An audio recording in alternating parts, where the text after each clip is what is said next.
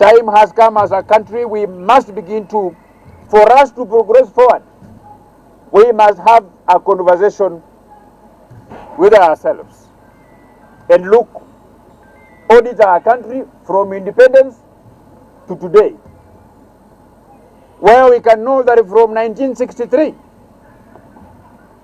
how much resources were generated in 1964, how much and how were these resources shared, how much resources were generated between 1970 to 1979, how were these resources shared in our country, how much resources was generated by our country from 1980 to 1989, and we make notes on how those resources were shared. How much of it was collected from 1990 to 1999? How much of it was collected from 2000 to 2009? How much was collected from 2010 to 2020? And how was that resources shared? Once we know how those resources were shared, then we identify areas that were given raw deals, areas that has continued to be marginalized in our country.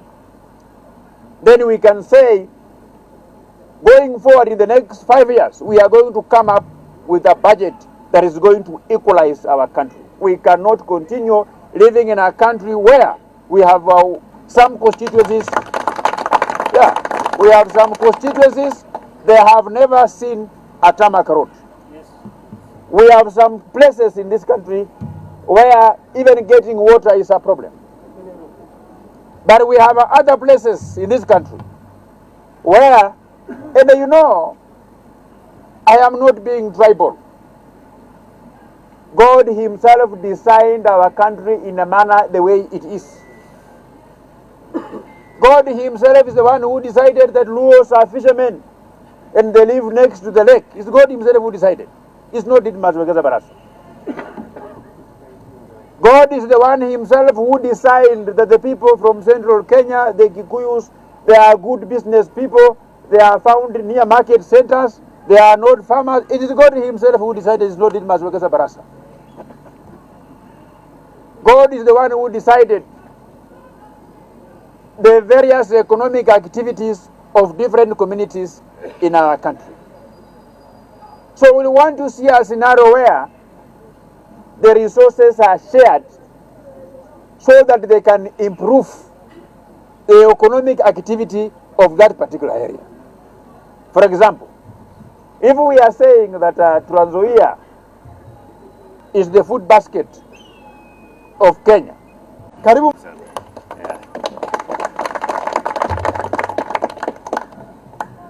Thank you very much, Mr. Speaker, sir. And I want to confirm that Mr. Speaker, sir, has confirmed to me that the security is more tight than the one given by Kipchumba Murkomen. So I am very much at home here, and I am also very glad for your decision through your speaker to summon me to appear here. What I like is that even for you to make it to the list of those to be summoned to appear before this Bunge la Mwananchi, I think it's a great achievement. It's a great achievement because you represent the feelings of the ordinary citizens of the Republic of Kenya. And that's why I have come here. The nation takes you serious, takes what comes out of this congregation very serious. That is why the CS Treasury, Honorable John Mbadi, was here a few days ago. I am here. Many leaders have appeared here because this platform it's not just for here. And I want to assure you that I've just come from State House. Even Samuel Ruto watches Bunge la Mwananchi on his phone. This explains how serious you are as a group. First and foremost, I want to appreciate and join the very many people in our country who subscribe to the school of thought that we may have not lived to the expectations of the Kenyan people to the requisite levels or the requisite percentage. And we all agree that 80% of Kenyans are Kenyans who live below $1 in a day. These are people who struggle to make a living. Out of that 70%, 60% of Kenyans, when they leave their home not knowing what their families will eat when they come back, but somehow they struggle, they found their way, they engage in whatever that they engage in, and when they come back in the evening, at least they come back with something. So Kenya as a country, we are blessed with a hard-working population that amidst all the economic challenges, Kenyans, 90% of Kenyans will struggle at least to afford food on the table for their families. That is the gift that God gave us. If you have a population that is not hardworking, that doesn't work, that doesn't put much effort to ensure their family lives in a decent life, then that can be a tragedy for our country. But we appreciate, when I go to church, I appreciate God for giving us Kenyans who are hardworking. Amidst all, whatever calamities, Kenyans will struggle, they will have at least food on the table for their families. As a member of parliament, I am serving my 7th year in the National Assembly representing the people of Kimilili. There are a few things that I have learned from the time that I entered the National Assembly. Today, I am at a better place to understand why many Kenyans at times they get disillusioned with the government, why a bigger population of Kenyans at times they feel like they are on their own. They feel like they are left out, that they do not participate in decision making through our government. I understand better today why many Kenyans feel let down by members of parliament that they elect, because of a disconnect that I will be explaining shortly here, and I will give you the remedy on what I am doing, because I have a platform to identify the link, the problem that Kenyans are facing, and because you have given me an opportunity as your representative, it will be foolish of me if I just identify the problem without suggesting the remedy that I'm going to put in place to ensure that problem is solved. Number one, which is very important, our country is governed by our constitution. Our country is also governed by various statutes that National Assembly has approved through the Committee of Delegated Legislation and substantive laws, acts of parliament that we are present members of parliament. The suffering of Kenyans began from as far as when Kenya came into existence. The sufferings became more when our country was under the colonial rule or the colonial rulers. The suffering escalated. They took the tribal trajectory immediately after independence.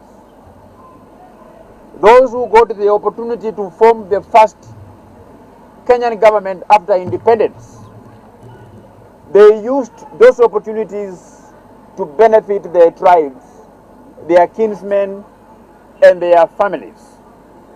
And that became like a precedent.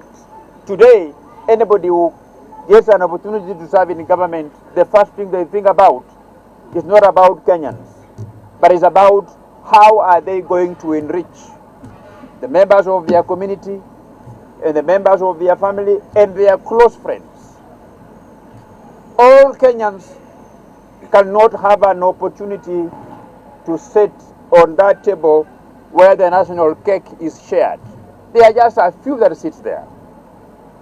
And at least I am happy that by 2010 there were a few Kenyans who began the clamor for constitutionalism.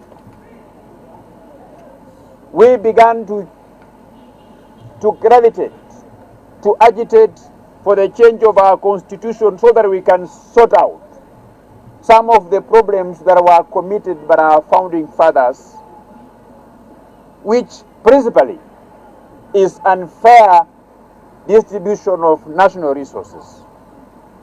So Kenyans at that time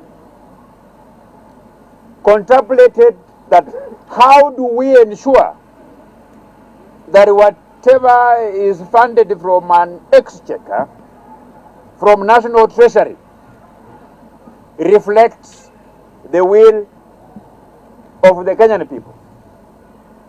That is when they put a chapter in our constitution that says there is no government project that can be implemented, there is no law that can be enacted without that law or that project being subjected to public participation. So what Kenyans contemplated to be a remedy to sort out lack of involvement of Kenyans is to ensure that a public participation becomes mandatory for whatever project, for whatever decision that the government of Kenya makes that would concern the people of Kenya. As a member of parliament, I have been asking myself questions that why are Kenyans still disgruntled? Why are Kenyans still not satisfied in a manner to which some of our laws are enacted, some projects are being implemented?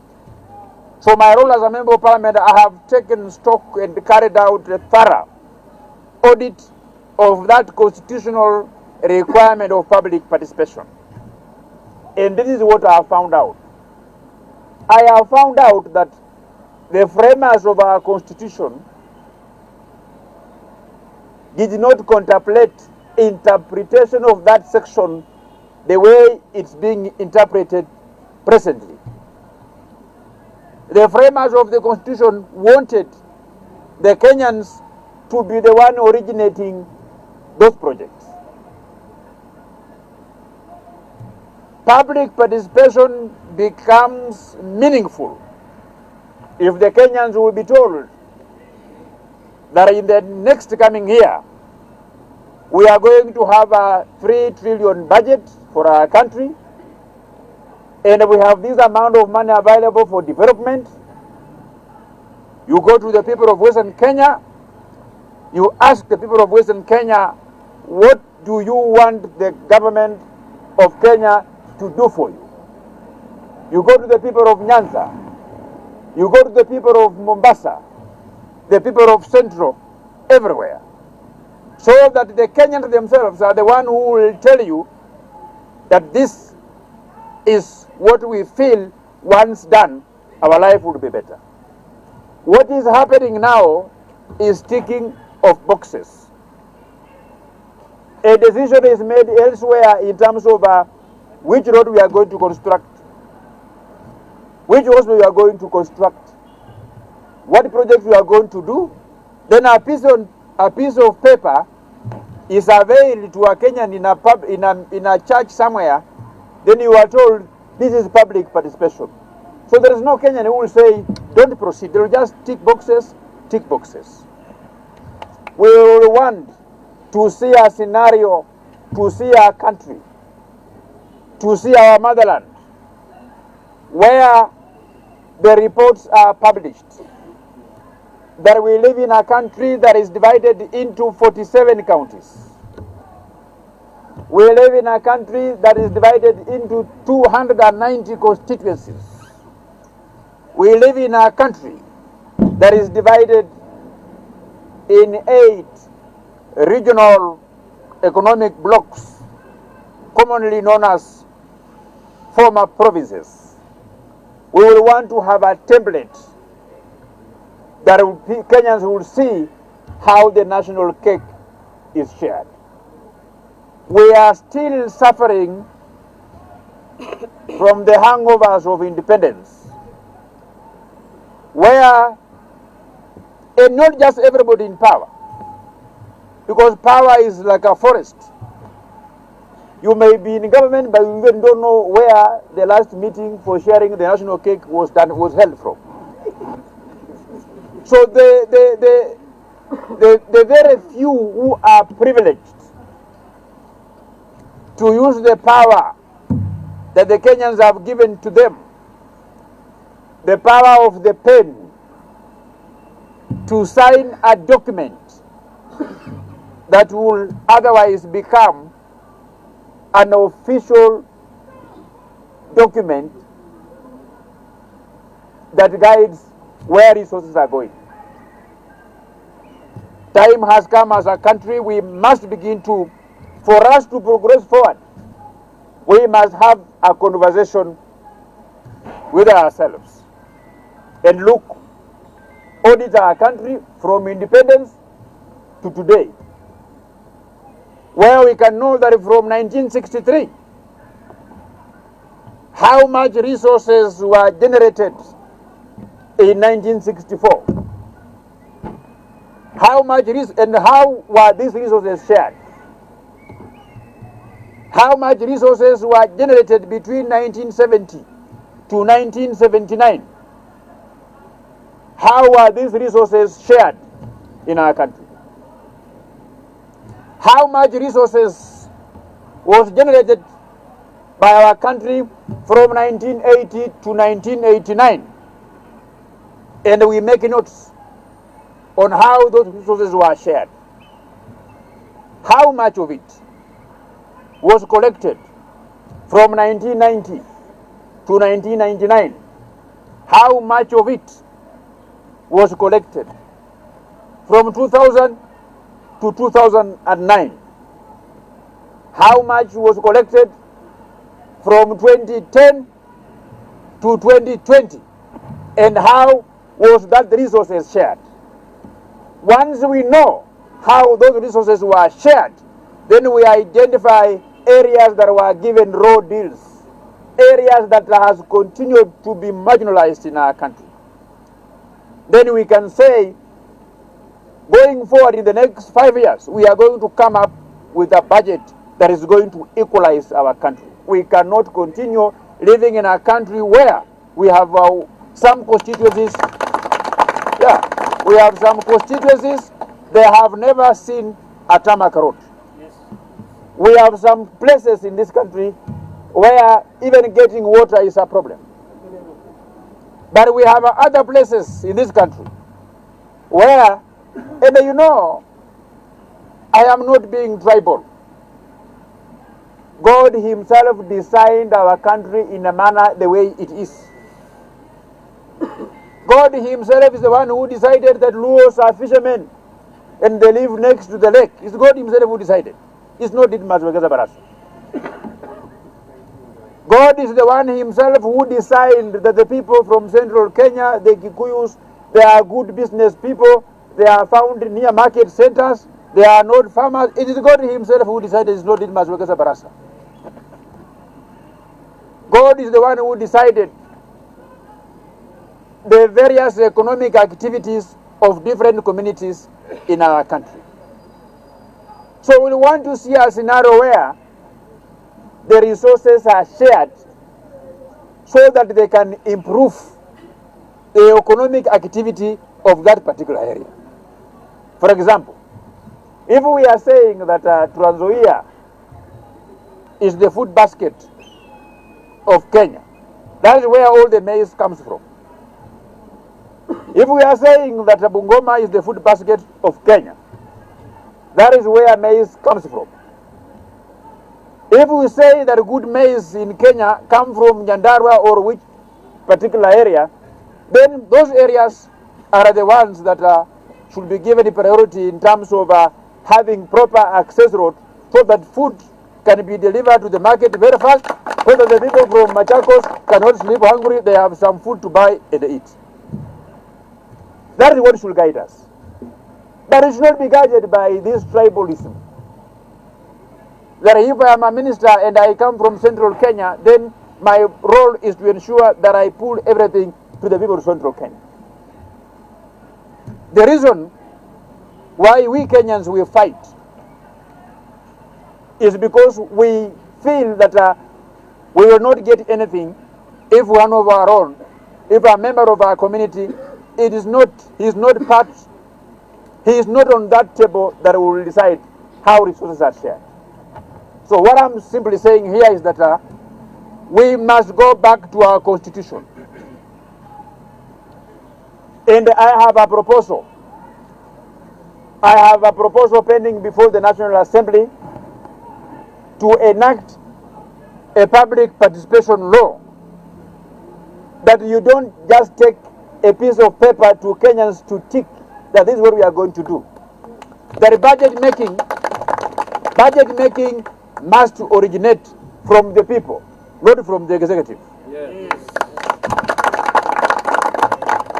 That before you begin developing budget estimates, Kenyans must tell you what they want, so that what Kenyans want is what you'll find in the budget, not what an individual wants seated somewhere else. And in that public participation also, I have put a threshold. As we speak today, there is no threshold for public participation. Once there is evidence that people came into some hall, they gave their views, their names are documented, that is enough for Parliament to proceed that public participation was done. We must set a threshold for public participation. For example, if you take a particular law, if you subject a particular law to public participation, and 50 plus 1 Kenyans say no, that law should not proceed. Yeah. So we must put a threshold. So that's what I'm going to do, so that at least we can put some icing sugar to the framers of our constitution who said that Kenyans are supreme. They must give note before anything that the government is doing to proceed forward. Number two, in this country we agree now that since independence,